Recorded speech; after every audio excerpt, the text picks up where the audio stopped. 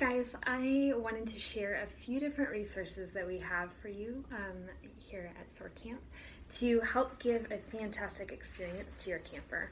So first, you'll be assigned a backpack for the individual that you're working with throughout the week, and there's a few different things that we go ahead and put in there that are really helpful for you as you work with them. So the first thing is we actually have fidgets inside of those backpacks, so they look a little bit different, but some of them might be active fidgets, some of them might just be soft, comforting ones, others might be squishy.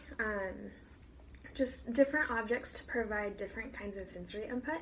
There's a few different ways that we can use them. So if the individual that you're working with needs to work for something with a particular activity, you might offer to give them their favorite fidget if they complete an activity that you would like them to complete.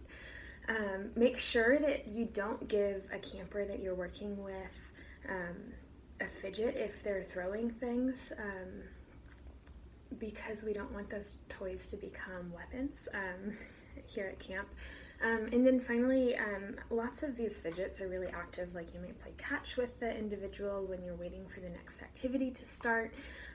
If you ever lose a fidget that has been working really well for you, or you just want to see if there's another option that works really well for your individual, there will be spare fidgets inside boxes throughout camp.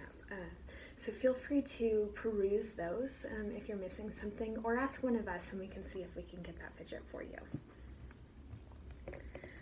We also have a few visual schedules. We'll only give a few to your group at the start of camp, but your team leads can give those to you. But what they look like is this, so you'll be able to see what the different activities are for each day and the order that they're in. There's actually a little picture for each one, just in case the individual that you're working with can't read, that allows them to better understand what that part of the schedule is. So this is a really helpful way to create expectations for your individual. You can check things off as you go physically if that's helpful for them to see how their day's progressed and what they have left to expect. We also have timers that we can use. So we can use timers to count down an activity, or we can use timers to count down how much time they have left in the SOAR room, or doing whatever fun activity that they were working for, because the goal is to get our individuals to participate with camp, so we don't want to spend the whole time playing in the SOAR room if we don't have to. So there's a few different timers we have at our disposal. Your team leads will have a few timers in their backpacks if you don't have a phone.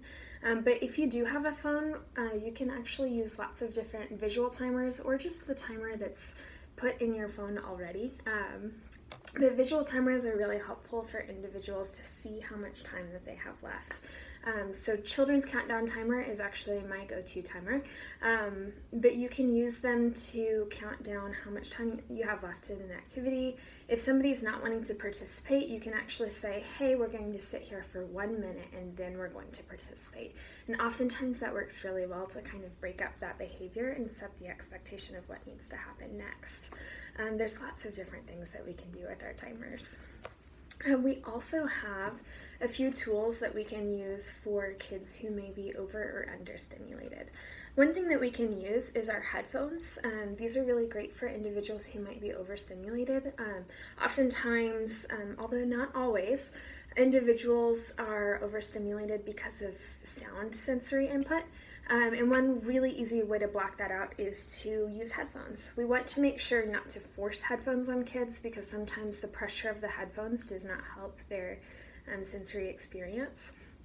So just make sure and ask and possibly try them on the individual.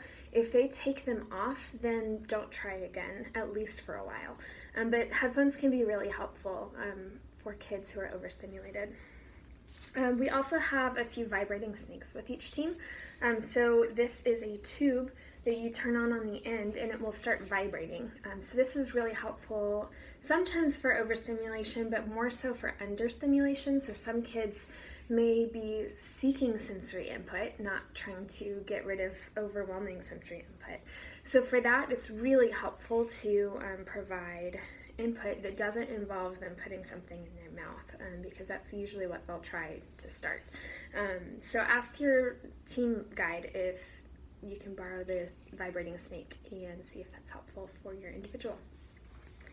We also have a lovely thing called token boards, or I like to call them star boards.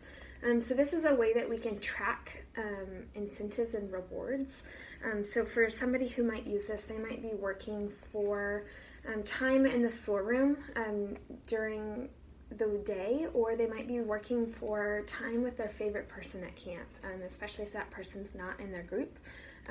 We actually have several individuals who like to work for time with Doc, but some kids even work for things like stickers or snacks or just extra fun things. It's really great for keeping individuals motivated throughout the day.